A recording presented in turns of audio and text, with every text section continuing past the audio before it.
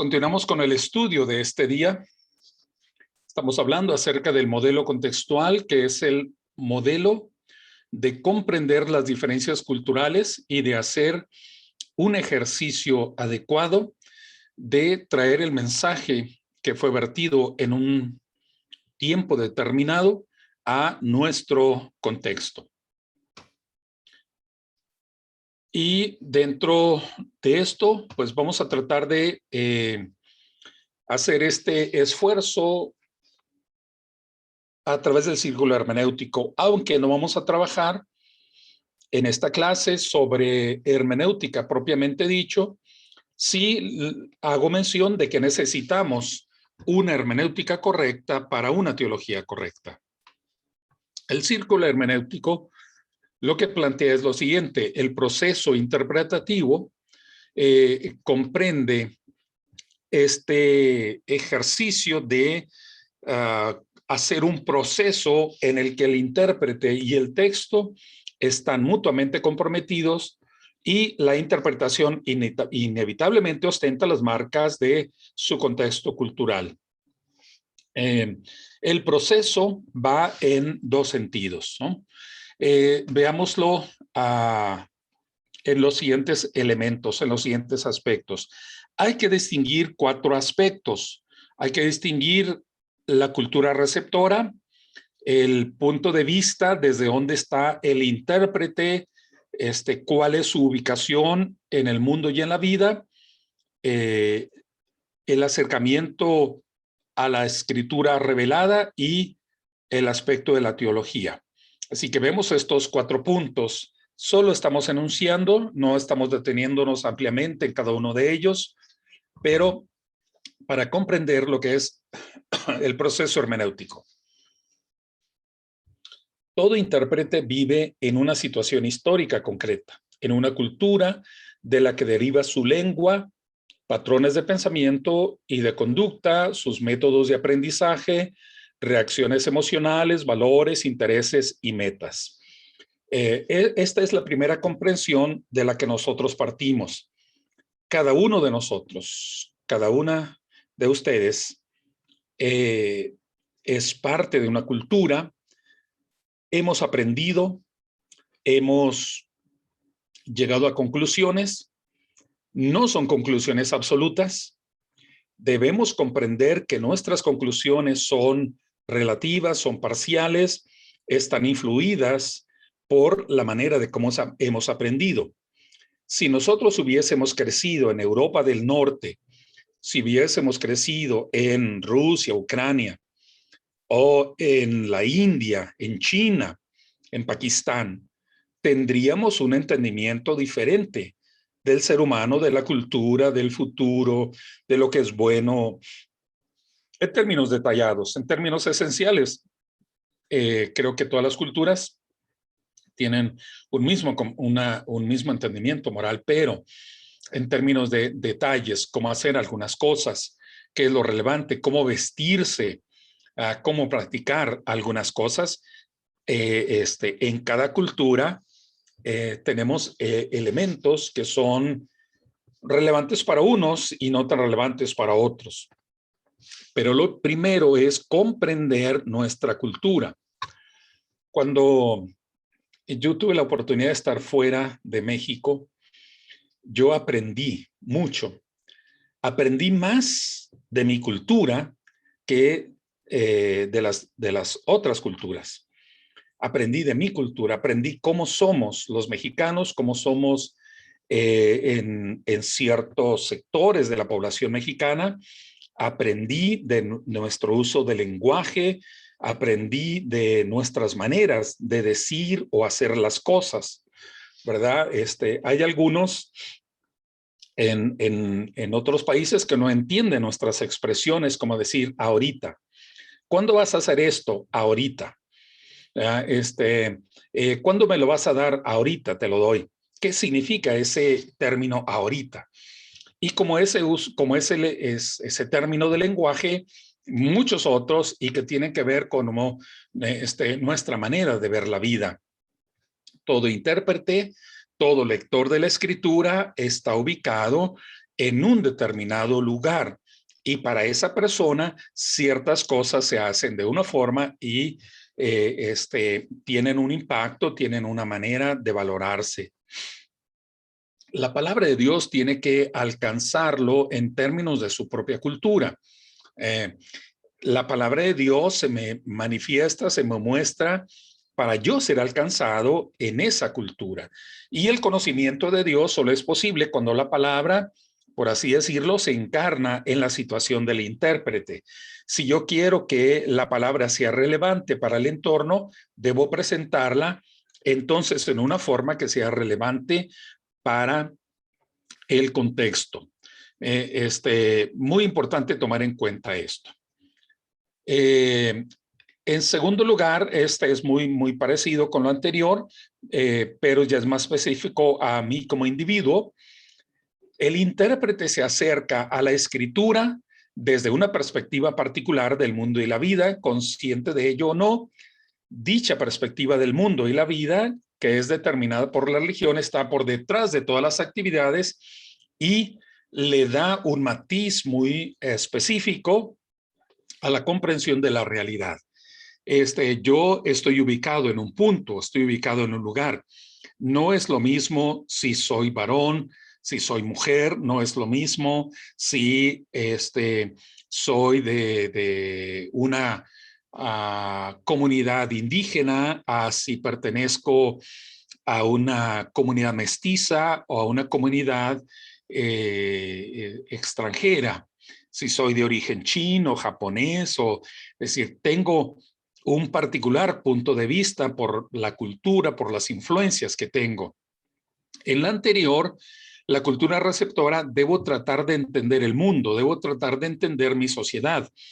En mi sociedad está valorado por ciertos aspectos en donde, por ejemplo, en este tiempo, la sociedad es una sociedad no tan enfocado en lo racional, sino mucho más enfocado en lo emocional. Debo entender que en mi tiempo está influyendo mucho el relativismo, está influyendo mucho ya una idea de inclusión, una idea de aceptación a todas las personas como son, como quieren ser, y este es el contexto en el que nos encontramos. Yo como persona, como individuo, tengo mi perspectiva particular de las cosas y entonces cuando voy a la escritura, en la escritura lo que encuentro es que el Dios que habló en el pasado sigue hablando hoy a través de el documento sagrado y que la revelación de Dios y el hombre que constituía una realidad en Israel y que en Jesucristo rebasó sus limitaciones nacionales para convertirse en la fe y vida de toda la humanidad, tiene acceso a cada nueva época. Así que la escritura, la manera en que la veo como un documento sagrado, como un documento que trasciende los tiempos, como un documento que a través de la cual Dios se ha revelado, se ha mostrado a la humanidad entera, no solamente a un pueblo como lo fue Israel, sino a toda la humanidad. Entonces, en este ámbito, nosotros reconocemos la extensión, reconocemos la influencia de la Escritura, le entendemos que es para toda la humanidad.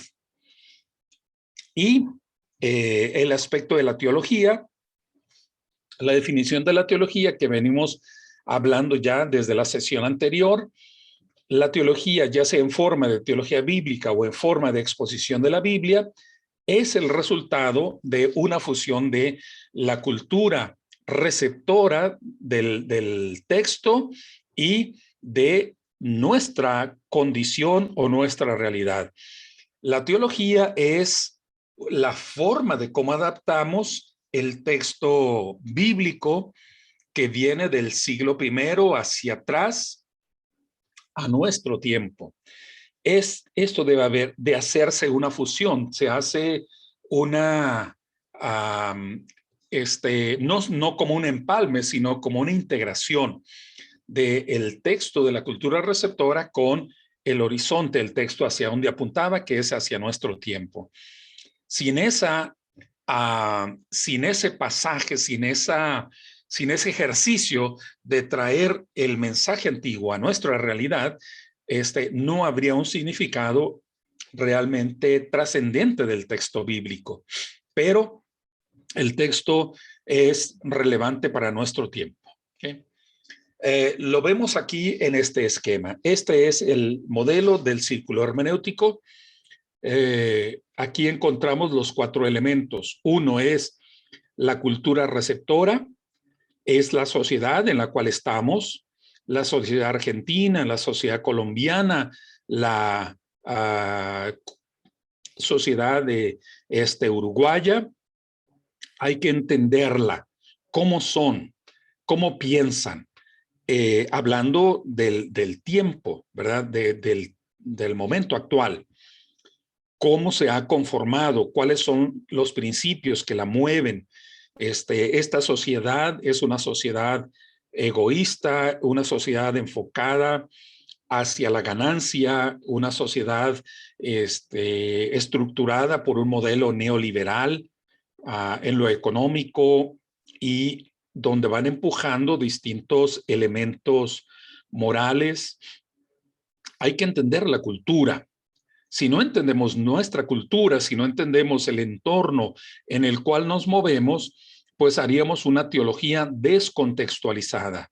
Por esto necesitamos tener una visión del mundo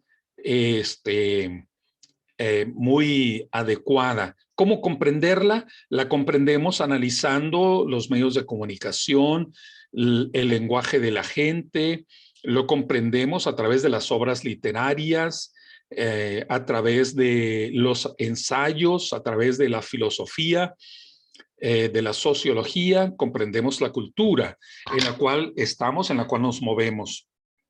Bueno, eso es imprescindible. El otro aspecto, el segundo aspecto, tiene que ver con la perspectiva. ¿En dónde estoy ubicado yo en lo personal? ¿Desde dónde estoy evaluando las cosas? ¿Cuáles son mis presupuestos? ¿Cuál es mi historia? ¿Cuál es mi tradición? ¿Cuáles son mis formas de ver las cosas? Esta es la manera en la cual yo puedo juzgar de manera más congruente. Yo puedo juzgar la realidad en la que me muevo. Yo soy el que va a conectar la cultura receptora con la escritura, pero debo entender mi propia perspectiva de la vida. ¿Cuál es mi pensamiento sobre el ser humano en su totalidad?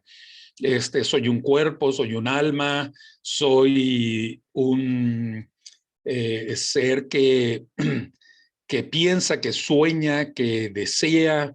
¿Cuál es mi perspectiva propia? ¿Cuáles son mis tradiciones, mis formas? Así que todo esto debo tomarlo en cuenta. Y voy a la escritura, voy a la Biblia para leerla.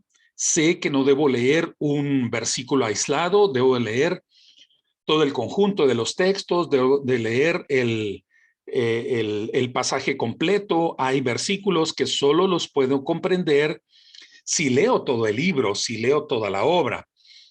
No lo puedo leer por separado, no puedo tener una comprensión adecuada tomando aislada una frase.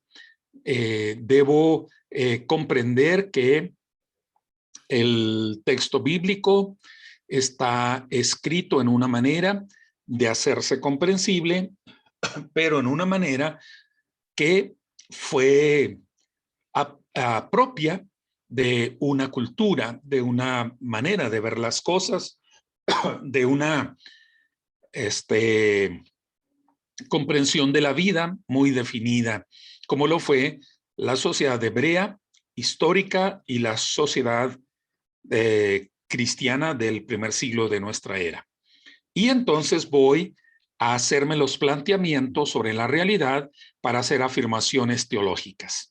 En la teología, pues recurro a la historia de la teología, pero recurro sobre todo a vincular la escritura con la cultura receptora, porque en la cultura receptora surgen las preguntas, surgen las dudas, surgen las necesidades y voy a preguntarme en la escritura cuál es la respuesta, ¿verdad? ¿Cuál es la decisión? Si aquí en la cultura me dicen que en la cultura me pregunta, ¿qué debo hacer con los pobres?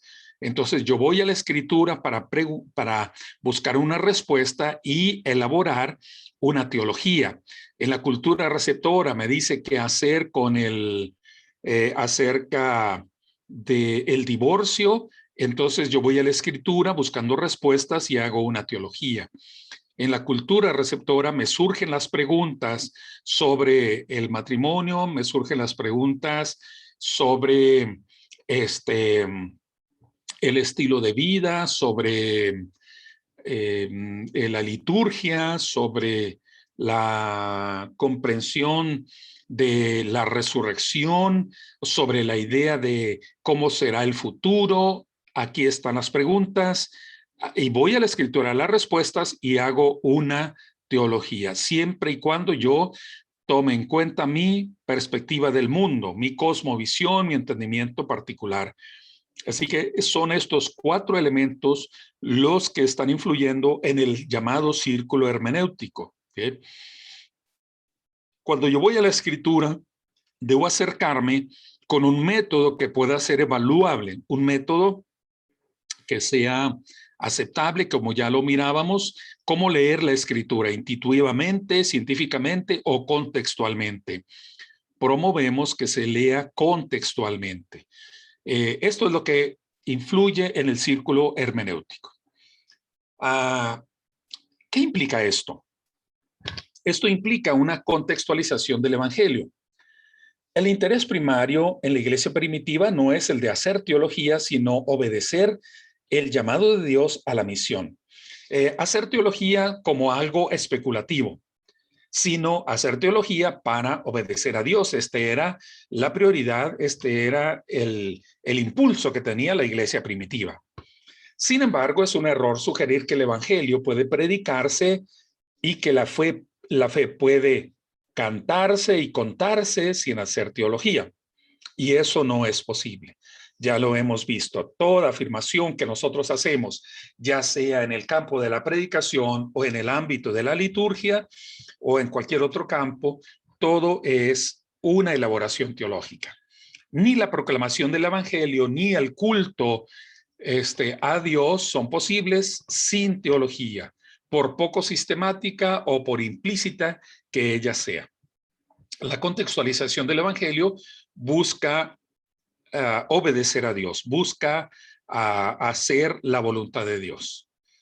La contextualización del evangelio solo podrá ser resultado de una nueva e incondicionada lectura de la escritura con una hermenéutica en la que el evangelio y la cultura toman contacto bilateral en un diálogo cuyo propósito es el de colocar a la iglesia bajo el señorío de Jesucristo en la situación histórica de la misma. Eso es lo que se trata la contextualización del evangelio.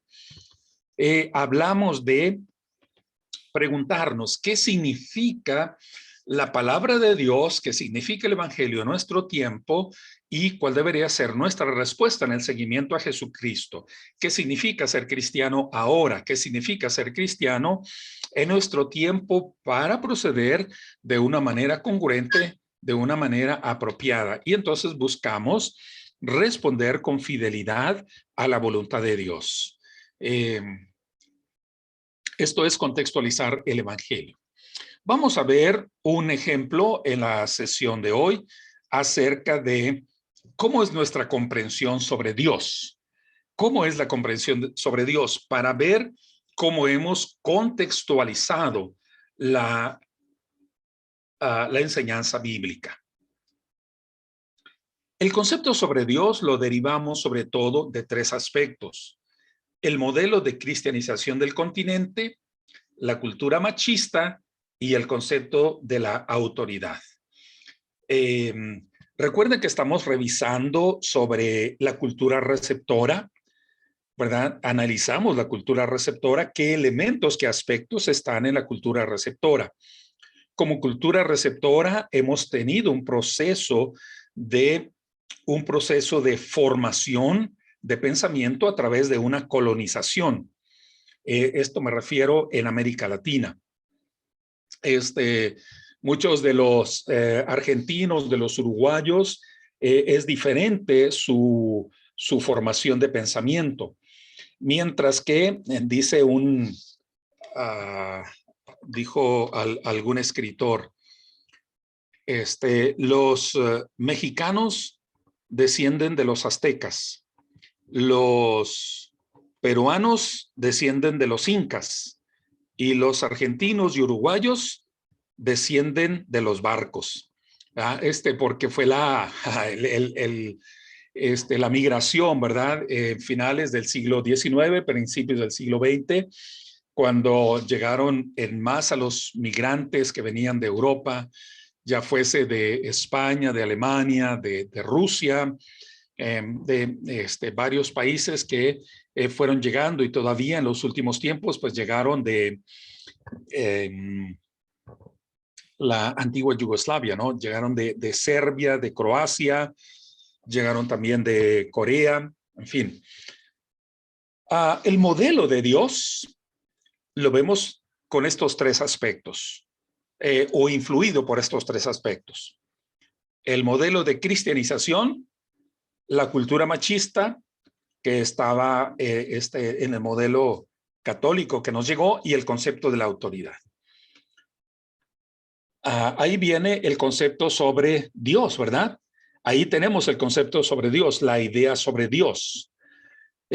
Tenemos una idea sobre cómo es Dios y qué es lo que Dios quiere y cuál es la forma de relacionarse con Dios y cuál es la valoración sobre las relaciones en base a la imagen que tenemos sobre Dios.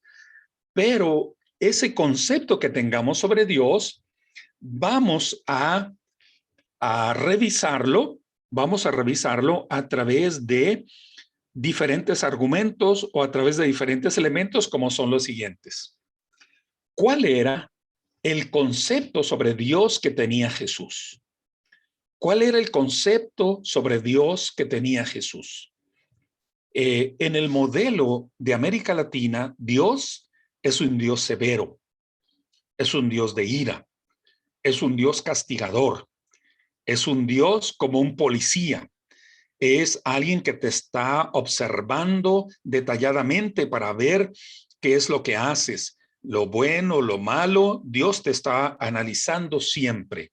Y Dios es un Dios castigador, es un Dios perseguidor, es un Dios del cual muchas veces tenemos una idea de que debemos de ocultarnos. Yo nunca fui católico, pero recuerdo de niño haber escuchado a una señora que en algún momento, no sé qué me quiso decir a mí y a 2 o 3 amigos que estábamos haciendo probablemente alguna diablura.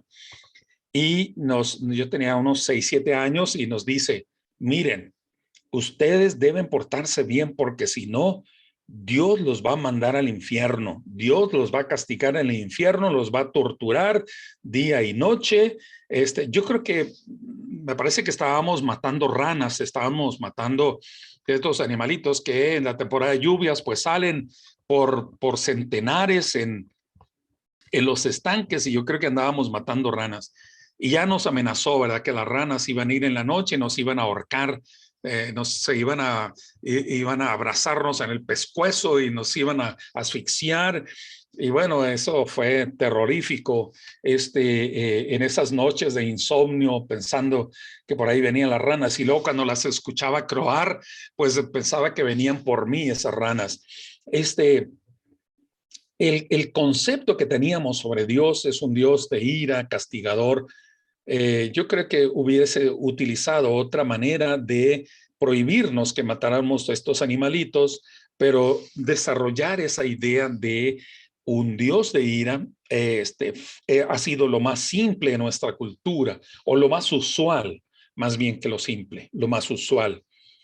Pero nuestra imagen sobre Dios debemos confrontarla con el concepto que tenía Jesús sobre Dios. Jesús habla de Dios como Padre y habla de Dios como un Padre tierno. ¿Cómo es el Padre de la parábola del buen samaritano? ¿Cómo es ese Padre que cuenta Jesús? ¿Cómo es el Padre al que Jesús le habla? Utiliza él un término, Abba, cuando habla en la oración del Padre Nuestro, y el término Abba quiere decir como papito, daddy, papá con cariño, o apá, decimos acá en México. Eh, en cada cultura hay una expresión tierna para referirse al Padre. Jesús habla de una confianza, de una certeza de estar en las manos del Padre, de una seguridad del cuidado. Ese es el concepto que tiene Jesús sobre Dios. En el Antiguo Testamento se ha destacado mucho al Dios que hace la guerra, al Dios que destruye, al Dios que mata. Hay algunos salmos que dicen, perseguí a mis enemigos, los alcancé y los destruí, bajo los pies del Señor cayeron, no se levantarán más. Hasta se volvió canto en los tiempos de la guerra espiritual, pero es una forma literaria.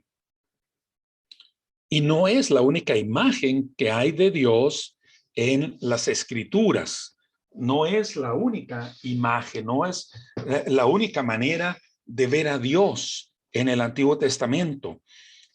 A Dios se le puede ver también en en un criterio del Dios de amor. Creo que hay muchos pasajes que nos hablan muy claramente sobre el Dios en un sentido pleno, un Dios cariñoso. Lo podemos hallar desde Génesis, cuando ve a la pareja desnuda y que se avergüenzan de su desnudez.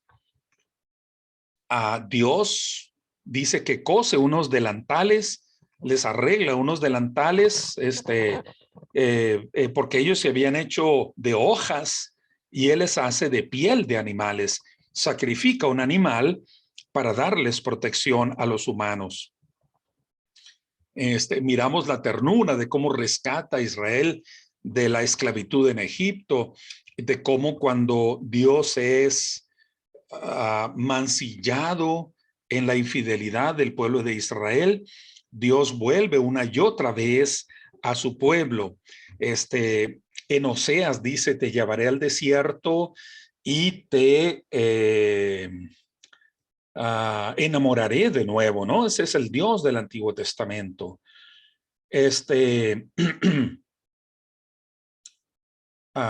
Voy a pedirles un segundo porque requiero tomar agua y no la traje aquí a la mano. Permítame un segundo, por favor.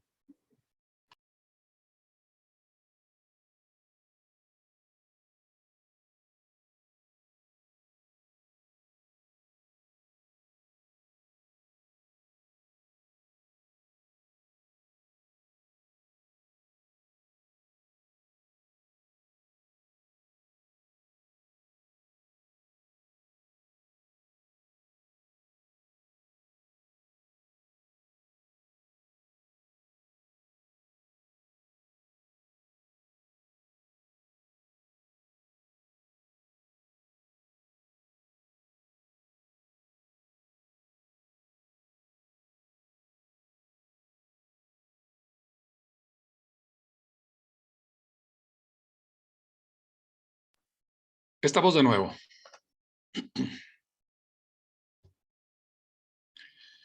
Estaba hablando acerca de cómo revisar nuestros conceptos sobre Dios, y nosotros debemos de observar los pasajes en el Antiguo Testamento que nos hablan de un Dios de amor, de un Dios que es cariñoso con su pueblo, que es leal, que se preserva y que actúa por iniciativa en amor a su pueblo. Pero también nosotros podemos tener imágenes maternales de Dios. Quiero que vean ustedes unos pasajes. No anoté aquí en la diapositiva las citas, pero las menciono ahora. Por ejemplo, tenemos Isaías 42, verso 14. Isaías 42, verso 14. También Isaías 66, 13. Salmo 22, 9. Y el Salmo 123, verso 2. En Isaías 42:14, el pasaje dice: desde el siglo he callado, he guardado silencio y me he detenido. Está hablando Dios. Daré voces como la que está de parto, asolaré y devoraré juntamente. Daré voces como la que está de parto. Una imagen maternal, una imagen de dar a luz, una mujer parturienta, ¿ya? El dolor, el grito, ese es como el grito de Dios, de que como que los va a dar a luz de nuevo a pueblo de Israel porque está en el exilio. O Isaías capítulo 66, verso 13, donde también es una imagen maternal. Dice: como aquel a quien consuela su madre, así os consolaré yo a vosotros. Eh, una imagen maternal, una madre consoladora. ¿Cómo es Dios? Dios no es solamente como un padre lleno de ira, castigador. Dios también tiene esta expresión de ternura, de cariño. Igualmente, Salmo 22:9, donde habla como de una nodriza, una que amamanta, una que abraza, que provee, que nutre al bebé, o como una patrona, una mujer que es ama de la casa y que es la que determina sobre las siervas. Esta es una imagen también que aparece en el Salmo 123, verso 2. Por supuesto que en Dios también están las imágenes de fuerza. Por ejemplo, el Salmo 103, verso 13, lo presenta como padre. Oseas 2:16 lo presenta en una figura de esposo. Salmo 98, verso 6, lo presenta con la figura de rey. Y Éxodo 15:3 con la figura de guerrero, que serían más lo que nosotros identificamos en el rol de la masculinidad. Pero lo que nosotros podemos mirar es que las imágenes de la fuerza, de la guerra, del dominio, no es la única imagen que tenemos sobre Dios en la Biblia. También hay imágenes de esa ternura, de ese cuidado. Cuando nosotros tenemos un lenguaje sobre Dios, cuando nosotros nos relacionamos, nos acercamos a Dios, ¿en qué estamos pensando? ¿En un Dios de ira, en un Dios perseguidor, o estamos pensando en un Padre tierno, en alguien con quien Jesús nos relaciona, en alguien en donde aparece también el cariño, nutricio, el cuidado? ¿Cómo deberíamos de verlo? Hay otros pasajes muy interesantes también en el libro de Ruth. En el libro de Ruth, el término El Shaddai, ese término está asociado como Dios de los ejércitos. Así ha sido traducido, El Shaddai, el Dios de los ejércitos. Pero en un estudio muy interesante, el término El Shaddai que aparece en Ruth está referido a Shadu. Shadu. Y Shadu son los pechos, ¿ya? Y lo cita o está en las palabras de Noemí cuando dice: yo me fui llena, cuando ella está regresando a la tierra de Canaán, me fui llena, pero el Shaddai me regresó vacía. El Shaddai es, decía, Shadu está asociado con los pechos, con lo nutricio, con lo que provee el sustento, la alimentación de un bebé, de un niño, que requiere esa alimentación directa de la madre. Y es interesante aquí que Noemí utilice ese término, porque es el Dios que me tenía que proveer, el Dios que me tenía que dar, el Dios que me tenía que sustentar, me regresó vacía.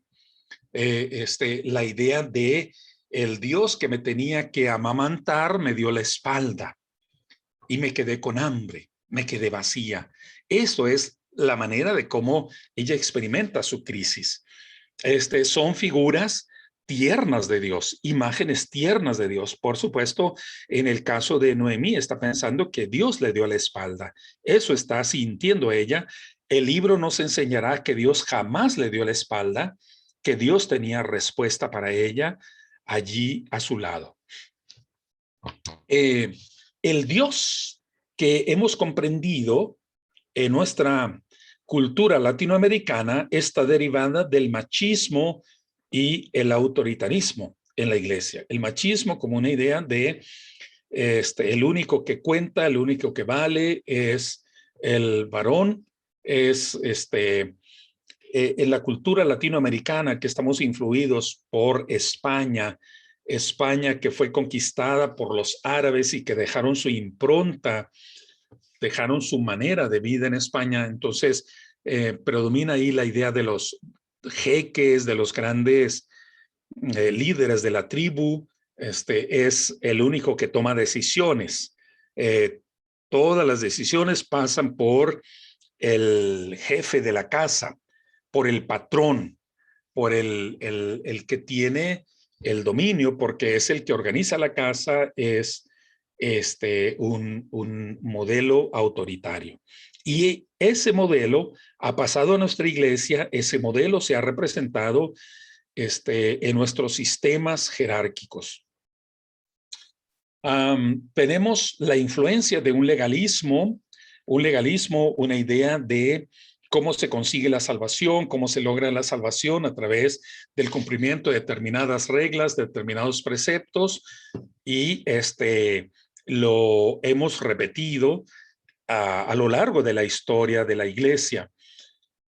Tenemos estas influencias porque tenemos la idea de Dios como un juez. ¿Cómo agradar a Dios? ¿Qué es un juez? Pues a través del cumplimiento de ciertas normas legales, de ciertas restricciones. Y bueno, ocupamos bastante tiempo sobre la moda, sobre la vestimenta, para hacer afirmaciones de cómo debe de ser tales o cuales cosas, sobre si se puede maquillar, no se puede maquillar, se puede cortar el cabello o no, sobre si hay iglesias en donde prohíben que el varón utilice camisas de manga corta porque no se debe ver sus brazos. Se ocupan bastantes detalles que a veces son muy rigoristas y llegan a ser distorsionadores de la realidad, ¿eh? Hay legalismos. Déjenme mencionarles uno. Hay iglesias en los o pastores que prohíben que los obreros, los que participan en la predicación, en la dirección del culto, tengan intimidad la noche anterior si el día siguiente van a participar en el culto. Como decir, tienen prohibido tener intimidad sexual el día viernes, la noche del viernes, y el sábado van a participar en el servicio, van a dirigir o van a predicar. Llegué a una iglesia en donde 2 o 3 obreros se me acercaron y me dicen, habla con el pastor, mira, estamos desesperados. Él ha tomado una decisión y nos prohíbe intimidad y nos ha dicho que si le mentimos, él nos va a descubrir y nos va a suspender en nuestra membresía. Pero mira, no podemos tener intimidad porque el sábado es el día de culto y casi siempre participamos en algo, pero el domingo en la mañana también tenemos culto de oración y los lunes tenemos estudio de la escuela sabática y los martes nos envía a un grupo familiar, los miércoles hay culto en la iglesia y los jueves hay otro grupo familiar y los viernes es otra vez culto. Entonces dice, todos los días está prohibido y esto dice, no es bueno a nuestra condición. A veces se cae en legalismo, se cae en ciertos rituales que no son los que están en el texto bíblico, pero le podemos agregar a la práctica, ¿verdad? Le vamos agregando algunas cosas que no son apropiadas, pero con la idea de que Dios es juez y Él juzga todas las cosas, y entonces Él prohíbe muchas cosas, y Él prohíbe, en el ejemplo que les he dado, la intimidad sexual. El concepto que tenemos sobre la redención es que Dios redimirá las almas y no los cuerpos. En el catolicismo se exige que el pastor, llámese sacerdote, sea célibe, que no se case, porque es una idea de que evitar la sexualidad es algo sagrado, porque la sexualidad está asociado con la carnalidad, está asociado con la humanidad caída, entonces no se debe tener el casamiento, no se debe practicar la relación sexual, el sacerdote debe abstenerse, no debe ejercer sexualidad, pero esa sexualidad brota una y otra vez, y por eso vemos el abuso sexual de menores, o vemos los deslices que tienen los sacerdotes al tener hijos fuera del matrimonio, o tener doble vida, o bien las historias que se cuentan de los internados, de los se me fue la palabra, de los institutos donde están las monjas, ¿verdad? De esos lugares en donde pues se hablan que en determinadas épocas se llegan a encontrar los abortos o los abortados en tumbas, en fin, hay historias, ¿no? Y bueno, hay también aquí una influencia griega muy determinante sobre la idea de que el cuerpo es malo. La Biblia nunca dice que el cuerpo es malo. Si uno puede leer Cantares, uno mira cómo la pareja se enorgullece o la pareja se solaza en ver su desnudez. Hay una limpieza y una pureza en el valor del cuerpo, que es algo que Dios hizo, es algo que Dios le ha dado al ser humano también para su goce. Bueno, estas son ideas o son aspectos que influyen en la idea que tenemos sobre Dios. Y aquí a lo que señalo es la necesidad de redefinir el énfasis a la gloria y poder de Dios. La manera en que muchos están pensando sobre el poder de Dios no es bíblica, ¿no? La Biblia da muchas características de Dios.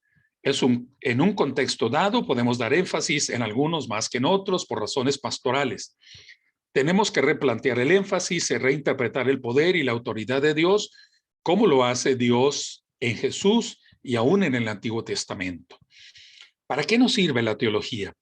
La teología nos sirve para depurar las imágenes que tenemos sobre Dios, sobre Jesús, para comprender sobre el cuerpo, sobre la redención, sobre lo que realmente Dios está pidiendo, no sea que en las afirmaciones teológicas sean nuestros gustos, nuestras preferencias o nuestros prejuicios los que estén influyendo a la hora de hacer afirmaciones teológicas. Por lo tanto, necesitamos hacer teología seria. Y esto nos sirve para introducir la relevancia de la teología. Vamos a terminar aquí la presentación y tendremos 10 minutos para abordar algunas preguntas que haya entre los asistentes. Hermano Así que pastor, vamos a ver si hay alguna pregunta. Hermana Betty. sí. Lo primero es que doy gracias a Dios por estos estudios, porque yo en realidad estaba en contra de las modas, ¿no? Del corte de pelo, de todas esas cosas que aprendí de los pastores, pero ya hace un tiempo atrás. Y ahora entiendo, por estos últimos pedazos que estamos estudiando, que estaba equivocada, hermano. Estaba equivocada a la luz de la teología, ¿no? De la palabra de Dios. Y la teología es algo que me encanta, porque me gusta aprender y que me abra el entendimiento para poder estar contenta y feliz y no haciéndolo como ritual o como algo que me pesa o algo que, o sea, gracias hermano por esta lección. La verdad que me sirve de mucho. Y bendigo a Dios porque me abre la mente y el entendimiento para poder obrar con amor, ¿sí? Amén. Y no ser discriminadora o estar pensando mal sobre aquellas personas que todavía están sin entender esto, ¿no? Así que Muy bien. muchas gracias, hermano. No, al contrario, Gabriela. me da mucho gusto que sirva para esto, porque yo creo que la vida cristiana debe ser una experiencia feliz, ¿verdad? Una experiencia de alegría. Exactamente. Pero muchas veces el Dios que aprendimos es un Dios que nos hacía sentir abrumados. Teníamos el miedo de fallar en el mínimo detalle.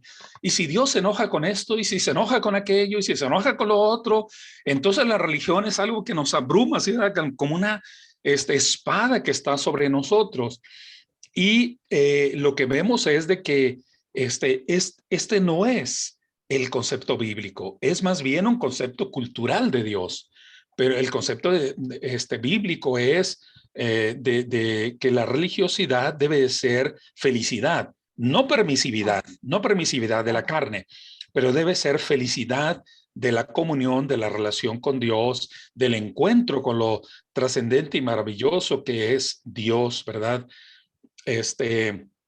Y creo que, bueno, para esto nos sirve este estudio, ¿verdad? Para que, entre otras cosas, seamos más plenos, más llenos de gozo en el caminar de la fe, que el Evangelio sea una experiencia de júbilo, esperanzadora, alentadora, de vida y llena de confianza de que Dios está caminando junto a nosotros, ¿verdad? Que Dios nos ayude a eso. Gracias, hermana Betty.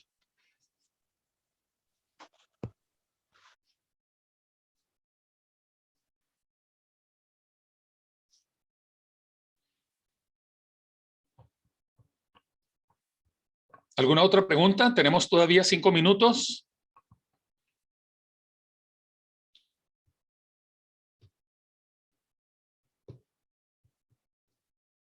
Es que muchos están haciendo sus quehaceres de la casa, ¿verdad? Y están ocupados con otras labores simultáneas. Muy bien. Marisa. Sí, pastor, acá estamos en la cocina ya, porque mis comensales a las 12 entran. Sí, acá Qué son 11 puntuales, qué Sí, puntuales. sí, los horarios son bastante restringidos. No, lo que quería preguntarle sobre el tema, estuve mirando la bibliografía. Por ejemplo, usted puso todo para leer ahí. Yo no voy a llegar a leer todo, le voy a ser sincera. ¿Cuáles serían los puntuales que tendríamos que hacerlo más énfasis para leer? Voy a seleccionar todavía a algunas páginas para que sean como las lecturas obligadas. La idea es que lean todas las obras, esa es la idea. Pero sí voy a señalar lecturas obligadas y voy a asignar las páginas. Ok, me encantaría que leyesen el libro de Justo González, el de Teología Liberadora. Me gustaría que ese librito sí lo pudiesen leer completo. Y uno que es chiquito, Francis Schaeffer, se llama Huyendo de la Razón. Okay. Es un librito muy antiguo, pero todavía tiene vigencia en la reflexión, en la meditación. Pero voy a asignar las lecturas para dar solo como decía, la cantidad que sea realmente requerida para las diferentes clases. ¿Okay? Pero esas serían las 2 obras que le recomendaría leyese en el espacio de estas 6 semanas. Gracias. Muy bien. Karina. Sí, bueno, quiero agradecerle bueno, por esta clase que por ahí me abrió un panorama, porque el lunes cuando leí el sílabo puse muy mal, dije, bueno, va a ser una materia bastante difícil, y bueno, y según la clase de hoy, la verdad que me conquistó con esta materia. Más que con la otra materia que tenemos de historia, la introducción al Antiguo Testamento, esta materia me está gustando más que la anterior, así que perdón para el pastor Abraham, pero bueno, me quedo más tranquila con esta materia. Ah, muy bien. Ok, sí, no se trata en esta clase como saturarnos más de lo posible, pero se trata de ver la manera de cómo hemos estado pensando algunas cosas o cómo aprendimos, cómo nos enseñaron y ir diseccionando los pensamientos. Lo que vamos a hacer es como abrir una cebolla, ¿verdad? Con sus diferentes capas y acercarnos al centro. Y esto es lo que vamos a hacer en este procedimiento de cómo se hace la teología. Porque muchas veces solo escuchamos las afirmaciones, pero no vemos en qué se basaron, ¿no? ¿En qué se basaron para decir eso? ¿En qué se basaron para afirmar que